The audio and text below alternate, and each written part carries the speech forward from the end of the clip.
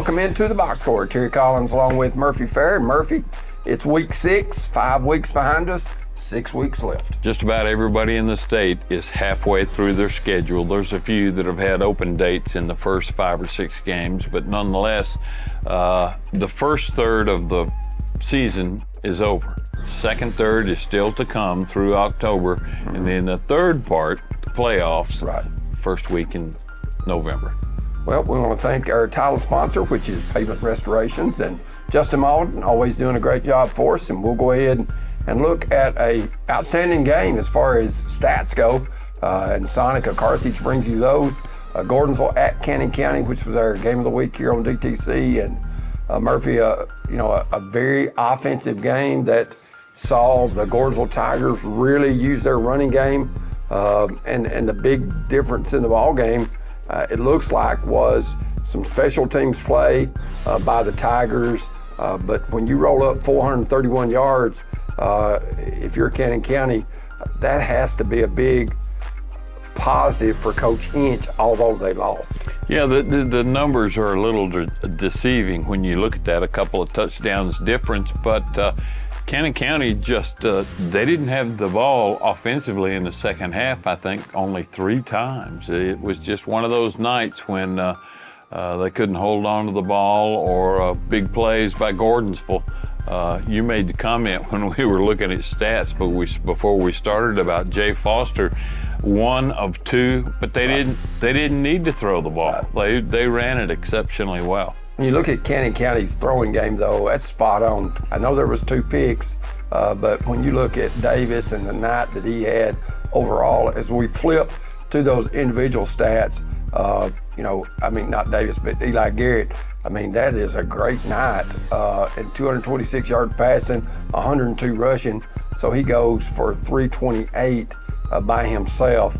And 3 touchdowns. That's a little deceiving too. He was running for his life most of the night. Right. So, but to complete 2 out of every 3 passes like that under the pressure that he had tells a tale about how good a night he really did have. Miles Alexander, a couple rushes for 25 yards, but 11 receptions for 139 yards and a score. Gordonsville in that vaunted ground game. Turner Booker, 12 rushes for 137 yards and a touchdown. Lee Skurlock, 11 carries for 78 yards, 3 scores. Jay Foster, 28 yards passing. He had an 85-yard interception return for a touchdown. He had 28 yards rushing. Gordonsville doing this without their starting running back for the season, still not back. So when he gets back, Murphy, that sings woe on Region 4-2A.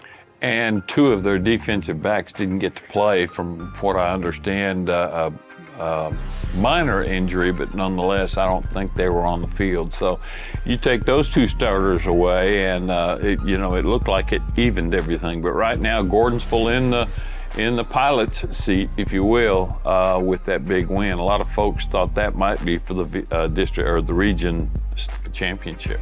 DeKalb County at Macon County, and Macon gets a big win at home, 42-0. When you look at DeKalb, I know Coach Trapp, and we'll talk to him just a little bit later in the show, disappointed that his team has been so inconsistent. Now, part of that, you're looking at the defending 4A state champion, Murphy, and Kyle Shoulders' Tigers, plus they're playing at home. Well, also the fact that last year they played so many kids, not just the regular starters, but they were so dominating during the regular season. A lot of young players got a lot of quality playing time, and consequently, those kids, they weren't rookies this year in those first 5 games. And so consequently, they're playing some very seasoned young kids. Coach Gavin Webster's team continues to impress, gets their 3rd win in a row. They go on the road. Brody Osborne with a field goal, which proved to be the difference. They go to White House Heritage and win 17-14. Garrett Davis, 15 of 26, 189 passing yards, a couple of scores. And then Will Burns, 33 yards rushing, 38 yards receiving. For White House Heritage, the Patriots, the coach's son, Scott Murray, former Smith County Owl player and head coach, X 18 for 29, 195 yards passing, a couple of touchdowns. And then Marshawn Fletcher, 9 receptions, 120 yards, and 2 scores. Looked like another great win for the Purple Tigers. Watertown has just flipped it from the start of the season, you know, and I know Coach Webster's got to be awfully proud of his coaching staff and his kids as well, because they're playing right now as well as we expected them to play all season long. They improved 3-2. Let's go ahead and look at Jackson County and Smith County. The Owls get a win at home in homecoming, 18-7. Riley Martin, 123 passing yards, 34 rushing yards. He ran the ball extremely hard. Cole Hackett, 5 receptions for 88 yards. He had 2 picks. Walker Hackett had 2 picks. That proved to be the difference in the game. The Owls, 0 turnovers and only 4 penalties in the game. Braden Dotson leads the Blue Devils with 21 carries for 68 yards. And then Skylar Stacy, the one that is more the running quarterback, versus Coach Sean Loftus' son, Colt, had 14 rushes for 45 yards and a score. Jackson County, a team, though, Murphy, no pushover, very much improved from a year ago. You called that game on the radio, Terry. What was the thing that impressed you most about Smith County in that game, other than not making those silly mistakes? Well, just not making mistakes and not blowing assignments. They have had a big problem with that this year, especially offensively.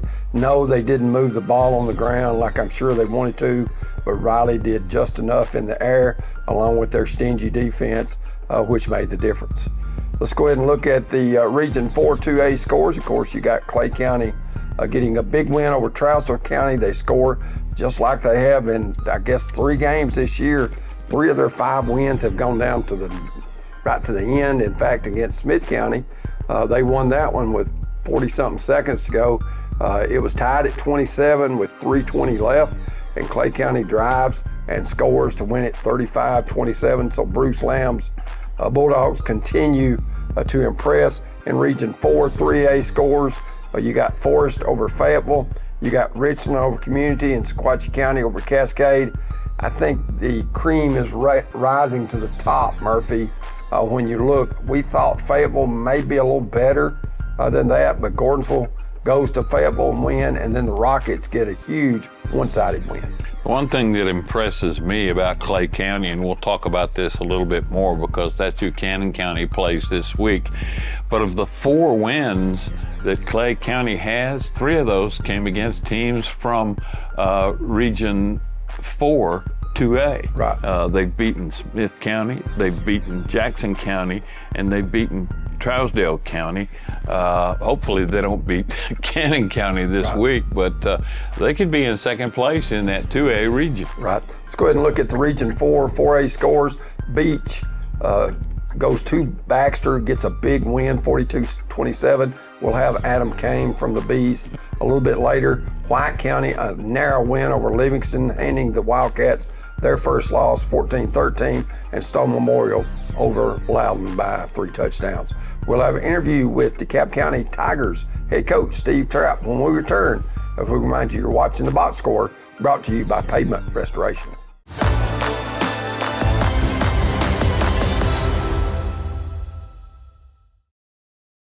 Pavement Restorations began in 2006 to help our clients find cost-effective ways to extend the life of their existing asphalt and concrete assets. We're now proud to be a leader in the asphalt and concrete construction industry across Tennessee. PRI offers asphalt paving and production, on-site concrete mixtures, asphalt and concrete repairs, preservation, and cold asphalt mixtures. So let our team introduce you to the PRI way of construction on your next project. Friendly, traditional banking at its best. It's what our customers have learned to expect at Citizens Bank, and we're always happy to deliver, with plenty of options for personal and commercial checking accounts, as well as a variety of loan types. We can help you achieve your financial goals, all with a friendly hometown smile. Citizens Bank at 407 Main Street and 61 Dixon Springs Highway in Carthage, 70 Cookeville Highway in South Carthage, and 530 Gordonsville Highway in Gordonsville. Equal housing lender, member FDIC. DTC delivers the internet you need with customer service that is second to none. We're your friends and neighbors, working nonstop to make everyday life even better. Right now, new customers score free internet until 2026 when you sign up with AutoPay. That's a winning serve for your home and family. Don't just play, make gains with every swing. We're standing by, ready to help you take the next step. DTC, making a difference where it matters most.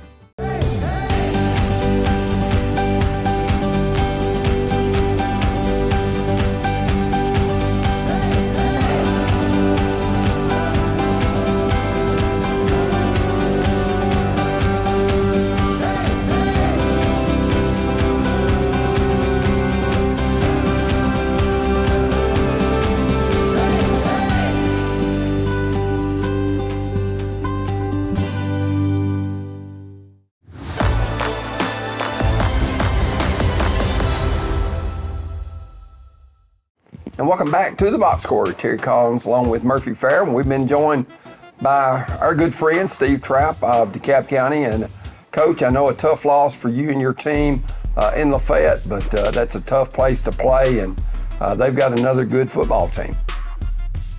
Yeah, they're good. I expected us to play, a little bit better than that. It wasn't a game where we were just making a lot of mistakes. It was more of a game where they just controlled it. They, up front on both sides, when you don't have things going your way in that regard, it's kind of tough to do a lot of things. And, so a lot of credit to them and their staff and their players. I think they played very well, and just at the end of the night, they're the better team. Coach, if you look at your one-loss record, 2-3, obviously that's not where you expected to be at mid-season, but the upside to all of that, only Macon County is a regional game. The ones that really count are still ahead of you, and your kids have got plenty of time to redeem themselves. Yeah, definitely. And, that was the big message, not so much, looking that far ahead and all that, but, the biggest message and statement after that game was, we can definitely perform better than that and play more physical than that, but what are we going to take away from it? What are we going to learn from it? What are we going to learn from a loss? What can we learn from not being successful? And, that's the whole thing. We got another tough game this week, but like I said, you still got to, dress out, still got to get after it. So it's about, what have we learned and what are we going to put, what foot are we going to put forward? I know that you return home, Coach. I think it's Upperman that you've got this week, and the Bees are kind of stinging a little bit after their loss at home to Beach, where they really out-physicaled, and you don't see Upperman out-physical very often. No, not very much. And, Beach, they had everybody kind of in there tied, and then, the big quarterback they got, he kind of had some, he had a night. He had a good night with them, and they get some timely passes on them in some critical situations, and that's the whole key when you play Upperman and quality teams, like Macon is, we talk about that football efficiency, being good on first down, so that, third down conversion rate is huge. And, for the season, I don't think that we're very good at that, but a lot of that comes back into how well can you do on first down. And, Upperman's going to make you have 10-play, 12-play, 14-play drives. So can you do that without making mistakes and not shooting yourselves in the foot, because they don't tend to do that kind of stuff. So they don't give up a lot of big plays. So, again, it's about, knowing what's in front of you, playing with a lot of energy, a lot of effort, playing with the physicality, because, that's what we're going to get on the other side. Coach, I had an opportunity to watch Upperman play earlier in the season when they were at home against 6A Farragut, and they just controlled the line of scrimmage from start to finish. And I would imagine that's probably something that maybe you've had an extra group come to Jesus meeting with your linemen, because they're going to feel it when they get out on the field against that Upperman team. They are, and that's where it starts. With any quality football team. Of course, they've got excellent athletes everywhere else as well. But up front, if you can dictate and control the game on both sides of the ball up front, then that pretty much puts you a step ahead right there. It's almost a helpless feeling as a coach when like, man, trying to draw up the perfect play or trying to scheme them and, hey, this is there, but then, physically you just don't get the job done. And it's not that we're not capable. We've got to, really step up our game in that regard. And I really think it's, how we can practice, so this week is going to be one of those slobber knocking weeks, so we got to figure it out. We got to put them through the fire and, make sure it shows up on Friday nights. Coach, when you look at Upperman, Bronson Chaffin, an outstanding athlete, I think this is maybe his third year to start, but just his physical size, you just don't see that much at a quarterback position that can move as well as he can move. Yeah, I mean, for high school ball, when you got a kid 6'4", 6'5", 230, and still has the speed to break it, so that's kind of an anomaly. And, and like I said, they've got athletes everywhere. They've always got a physical run game. He's a big part of that. But there are other backs that carry it well. And, they're a little bit more multiple this year than they have been in the past, so they're doing some extra things, not so much that he just slings it down the field, but things that are based off that physical run game that they got that you really got to be prepared for and understand that you can't just fall asleep and load up the box and take away the run because they got guys that can hurt you all over the field. Coach, I think he wants to make the most of his senior year as far as football is concerned because he's also a heck of a basketball player, and I think he's already committed maybe to a Division II or Division III team in the state of Georgia. So football's not his only forte. He can do it on the hardwood just as well, can't he? Yeah, that's what I've heard. I've never, watched him play basketball and all that, but yeah, I heard he's a physical presence there. And the Johnson kid that they got that plays linebacker and tight end, he plays basketball as well, so, and he's another 6'4", 230 type linebacker kid that's getting a lot of looks. That's only a junior, so, they've got physical stature and it shows up on the hardwood and on the football field as well. Coach, when you look, you have to gang tackle against the Bees because of that size. So that means you've got to get off blocks.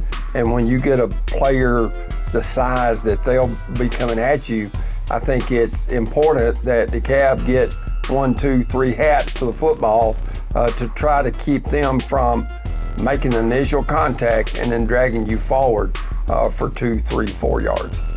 It's definitely a key point, and it's something that I felt defensively we've done a really good job of up until last week. And again, that, block destruction, getting off blocks, game tackling, running to the ball. I mean, that's the basics of any defense. It shouldn't matter what opponent you're facing, but it's definitely a big coaching point and a key thing in this week's game.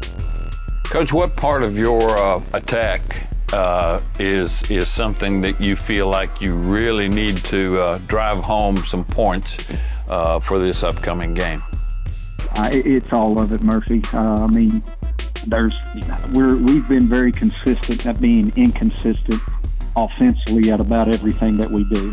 We've hit some big runs, we've hit some big passes, but then again, it's very inconsistent, and it's sometimes it's this group, sometimes it's this group, sometimes it may be the quarterback, sometimes it's the play caller, so it's so just cleaning everything up, and which again, that's the process of work that every coach and football team goes through, no matter what level it is just simply trying to be better your next opportunity. And we definitely got a lot of room to achieve that this week compared to what we did last week.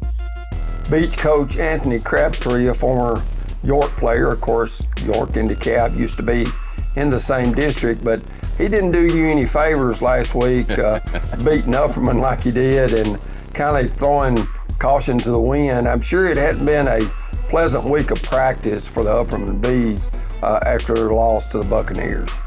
No, I know Upperman lost to Greenville, and then they come back, and I believe they felt that the physical part of that was not where they wanted it to be, and we've seen that game, and that was a heck of a football game. But I guess that's kind of the tale of the tape right there. So again, you got to put their foot through the fire. The things that you don't feel like you did well the previous week, then you got to test them out and make them better. And again, we talk to our guys all the time. That's the nature of it. That's the challenge of it.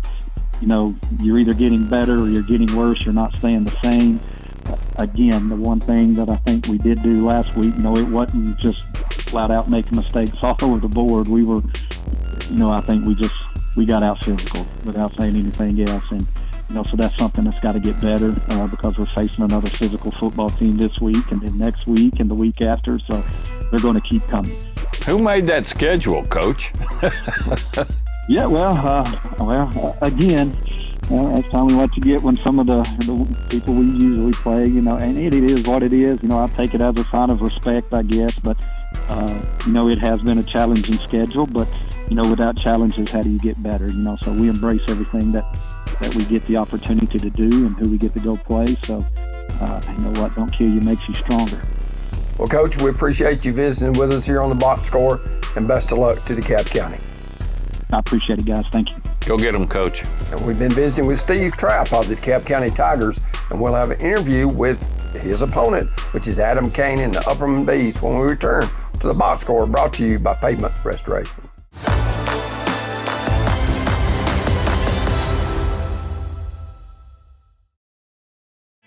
Community Wellness Clinic is a nurse practitioner-owned and operated full-service medical clinic. Our emphasis is on good health and wellness throughout every generation of your family. We strive to provide the expert quality of care that our patients deserve and expect. Along with primary care services, we also offer a full complement of urgent care services. Let us be your family's good health partner. Community Wellness Clinic in Woodbury. Phone 615-563-7515.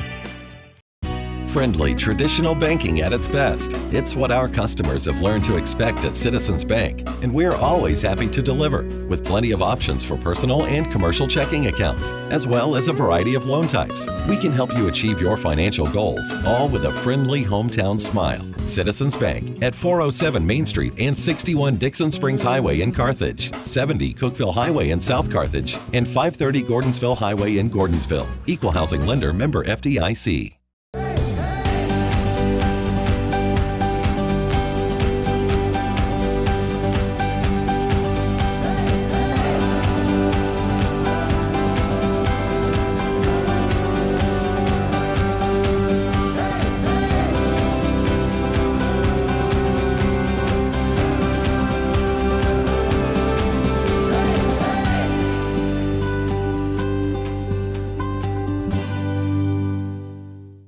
Got a special outdoor project that you need to tackle? BDGR Excavating is the one to call. Custom land clearing, mulching, excavation, and more. They can help get the job done, even when others have failed. Call the problem solvers at BDGR at 615-489-1329 and let them help you get that project out of the way so you can really start enjoying your property. BDGR Excavating.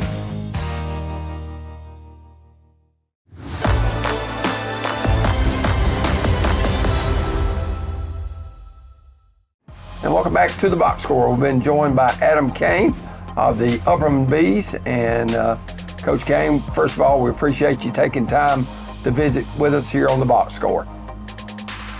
I appreciate you having me, guys. I don't know why you want to spend any time with a lowly 3-2 football coach, but I'll be glad to talk to you. Adam, there's a bunch of really good 3-2 football teams out there, and I would have to say Upperman is still one of those. A lot of that has to do with who you played at Greenville, Farragut. Knoxville Webb is struggling, but a lot of times in the past, especially when David Meskey was there, nobody wanted to play them, and I would guess that filling out your schedule for this year and next year was quite an obstacle to get through, because nobody wants to play Upperman unless they have to. Yeah, it was hard. We got two schools here in the county that we should be playing, and for whatever reason they didn't return any phone calls. But you know how it gets. It just with a little bit of movement across classification, and it got really kind of hairy and dicey. There was several times during the when we were trying to negotiate with some teams that it looked like we may play 9 games, and but luckily, I say back then I felt lucky that we were able to fill the schedule out. But after we got steamrolled by Beach on Friday night, I don't know if I'd take the 9-game schedule after what they did to us. But anyway, it's tough, and those teams are good. I'm gonna be honest with you, Knoxville Webb, just from the preseason film that we had on them, I mean they were a really good football team with good size on the front and some top-notch talent. I think they've run into some injury stuff, and but everybody else that we've played to this point is a really good football team. Coach, I know in speaking with you earlier, there's not many times that you feel like as a coach that your team was out physical. I know you and I talked after Smith County went to your place 2 or 3 years ago after that, and you told me that you were very disappointed that your team didn't match the other team's physicality, and you kind of had a meeting with your squad, say, hey guys, we've got to be the most physical team. And no doubt after Friday night's performance against Beach, you've had to let your squad know that. Yeah, we're beginning week 6, and so all those come to Jesus meetings are, if you're still having them at this point, then you've got some major problems. I've already tried to circle the wagons with this group in terms of being tougher and stopping the run, and sometimes in the case of Greenville and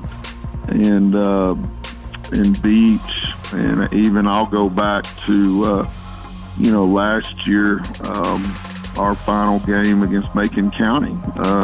Sometimes you just got to tip your hat to your opponent, and all 3 of those places took advantage of some size problems that we might have had, and exploited us.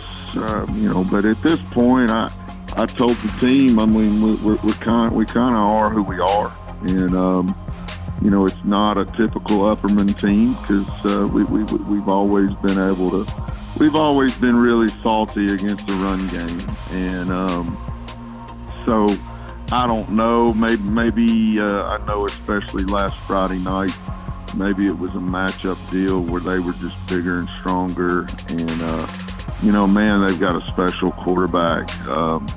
He must be, the next Mickey Mantle in baseball, if he's dead set on playing, because he's really good.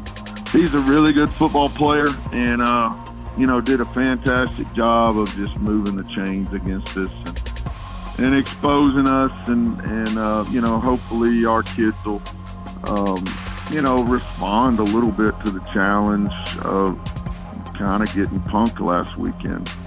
Coach, your next 3 games are all on the road, and all 3 of those teams are struggling a little bit. But when you have to go to Smithville, when you have to go to Livingston, when you have to go to Jamestown, especially Jamestown, you never know what you're going to face. And I would think those road games, 3 of them in a row, will tell everybody an awful lot about the real Upperman B football team. Yeah. We spoke earlier about the schedule and how hard it was to fill out a 10-game schedule, but part of that deal was we only have 4 home games this year. So we've played 2, and so 3 of the next 5 are going to be on the road, and they just happen to be all at once. You make a good point. I do know this: DeKalb always plays us really hard.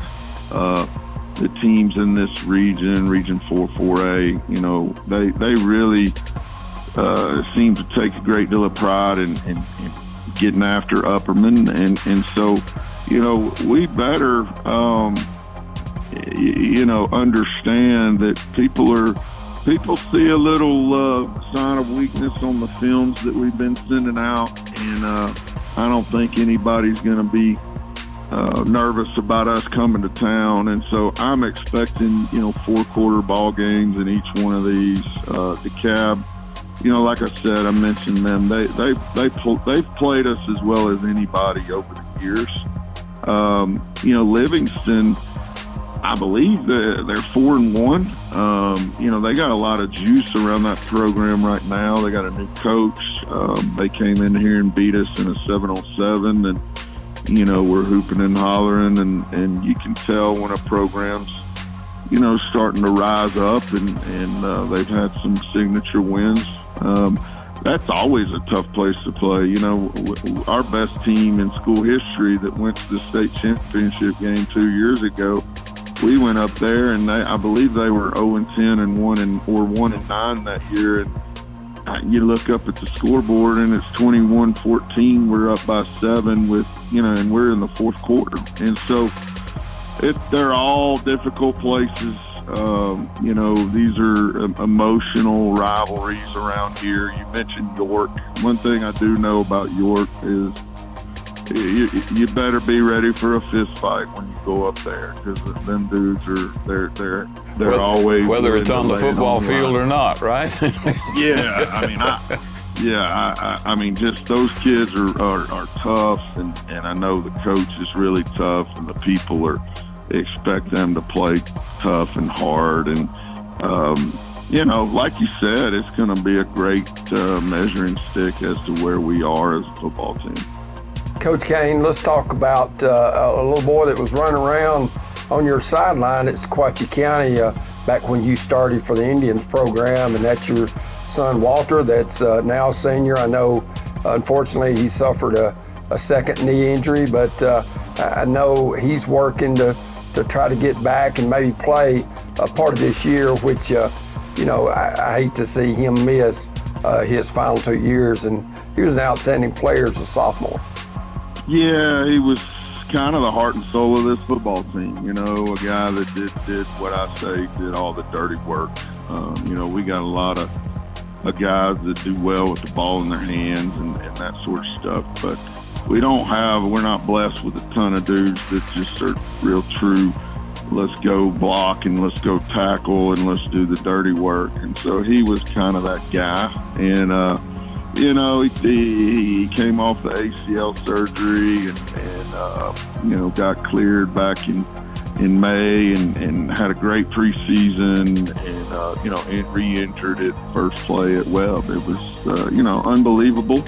I hope no one else has to go through what I did, with my hand on his chest as he, sat there, laid there on the field at Webb and bawled his eyes out, and all his hopes and dreams that he'd worked for were just kind of dissipating with each tear. But the weird thing is, he's about 3 days later, he was jumping on it, and I'm like, what in the world is going on? And we didn't think much of it, and the swelling went down, but we've just noticed that he's been moving on it, and he constantly talks about how it feels good. And I watched him take off in the parking lot the other day. Somebody yelled for him, and he took off and started running. And I'm like, that's not like somebody that's favoring a leg. And so he looked at me one day and said, do you want to see what I can do? And we went out there, put his brace on, and went out there, and I was shocked at he's running, he's jumping, he's cutting. I'm sitting here as a dad and wanting to be cautious and this, that, and the other, but I think he's gonna rehab it really, really aggressively for another week, and then maybe see if he can, play 6 or 10 plays in a ball game, and I don't know what it's going to look like. He'll have to make it through a practice first, but I haven't seen him smile this much since he tore it the first time a little over a year ago. So You know, as a dad, you always want to see smiles on your kids' faces. But at the same time, you got to be cautious and protect him from himself. And so it's just really kind of a touch and go situation right now. We're just going to see, you know, how much he's able to maybe do. Well, Coach Caine, we appreciate you visiting with us, and best of luck against DeKalb County in Smithfield on Friday night. Thanks, guys. I appreciate y'all. Thanks, Adam. We'll be praying for him, buddy. Thank you. Adam Caine of the Upperman Bees has been our guest, and we'll let Murph do some picking when we get back. As we remind you, you're watching the Box Score, brought to you by Pavement Restorations.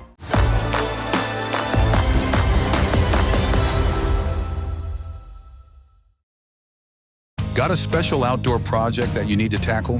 BDGR Excavating is the one to call. Custom land clearing, mulching, excavation, and more. They can help get the job done, even when others have failed. Call the problem solvers at BDGR at 615-489-1329 and let them help you get that project out of the way so you can really start enjoying your property. BDGR Excavating.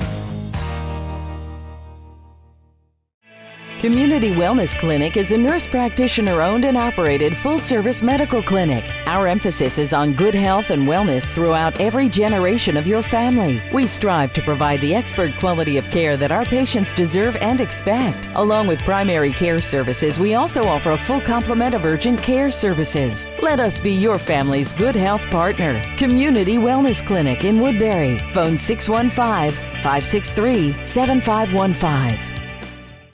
Pavement restorations began in 2006 to help our clients find cost-effective ways to extend the life of their existing asphalt and concrete assets. We're now proud to be a leader in the asphalt and concrete construction industry across Tennessee.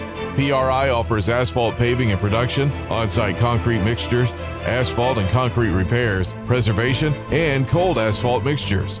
So let our team introduce you to the PRI way of construction on your next project.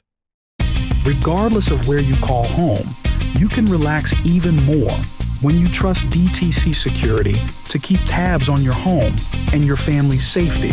For just $49.99, get a system with a touch keypad, 3-window or door sensors, motion detector, key fob, and standard installation. Secure every corner of your home court with DTC Security. Don't wait until something happens.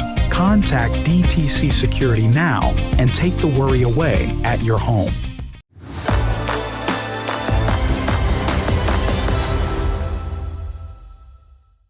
Countdown to the final segment of the Box Score in 3, 2, 1.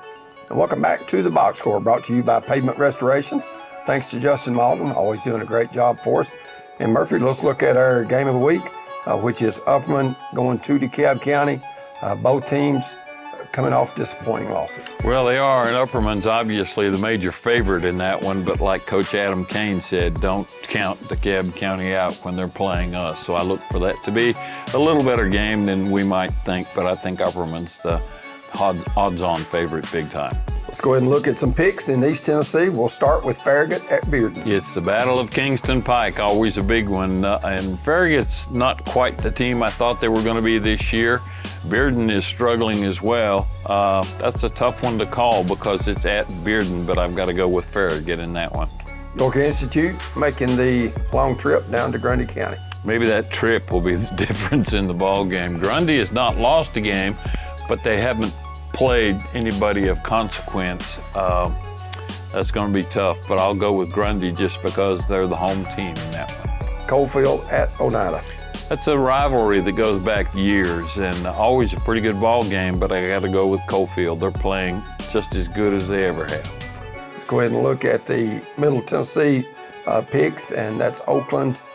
Kevin Creasy team just continues to roll. He's built quite a juggernaut. I think they've won, 2 state championships in a row, and they're going to Blackman. That's where I plan on going. Blackman lost that game last year, 13-12. Playing at home, I got to go with Blackman in that one. BGA at FRA. BGA is just knocking everybody out of the stadium when they play, and I look for that to happen against FRA. Despite as good a team as FRA is in that program, BGA is just putting massive points on the board. And for the third time in probably their last 16 or 17 games, Macon County is going to White County. They went in the regular season last year, they went in the playoffs, lost in the regular season, won in the playoffs, and now regular season again for Kyle Shoulders and his Tigers. I can't remember which one it was, but I was in Sparta when they played last year, and what a game. What a game. White County's playing a whole lot better than most people thought they would, but I think Macon County they expect to win, and White County's not really used to it the last couple of years. White County got a narrow 1-point win over Livingston last week. Brentwood at Henry County. Well, except for the last couple of weeks, I would have said Brentwood, but Henry County has come to life, and maybe you and I ought to go up there and sample some of that tailgating food that they have. It's a special place to go on Friday nights. I'll go with Henry County in that one. The only place I ever went more friendly was the Grove at Ole Miss.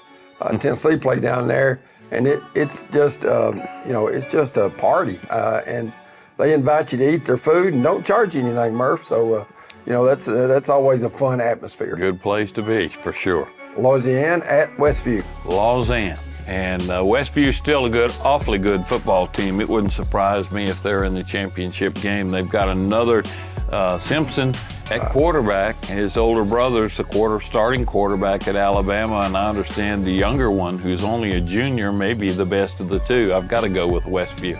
Jackson Central Mary at Milan. JCM last year was a really good team, and I don't know if some of those players have gotten that transport thing or not, but they're struggling this year. Milan is not, so I got to go with the Bulldogs in that one. Let's look at our local picks, and we'll start with Cannon County traveling to Salina against Clay County. I think they're undefeated, maybe? No, I believe they are. And no, they lost their opening game to Glasgow, Kentucky. That's right, without their quarterback. You're right. But I'll tell you what, they're playing lights out football, and Cannon's got to keep from making the mistakes they made last week against a pretty good team. I'm going to go with Cannon just because that's where I live, but they're going to have to play really well to get past Clay County. Gordonsville heading to Gainesboro. Oh, Gordonsville all the way. They looked really good last week, and no reason to think that they won't have an easy time in Gainesboro. Owls heading down to the Creek Bank. Well, that's one that there's a lot of people in Smith County, that's the only game they care about. Not even Gordonsville. Trousdale County tops the we want to win them list, and I think Smith County maybe just because of the fact that Coach Dyer used to be at Trousdale County, and I know he wants that one awfully bad, so I'll go with the Owls. A winless community team going to Watertown. They're going to be winless next week, too, because I don't see them beating Watertown. And Upperman at DeKalb. Already talked about that one, I think, and I gotta figure Upperman wins that one, Terry. We want to thank our sponsors. Our title sponsor is Pavement Restoration, along with Huff and Puff Trucking, Citizens Bank, Sonica Carthage Safeway, Community Wellness Clinic, and BDGR Excavation. We want to thank Justin for doing a good job for us as always. And for Murphy Fair, I'm Terry Collins. Good night from the box score.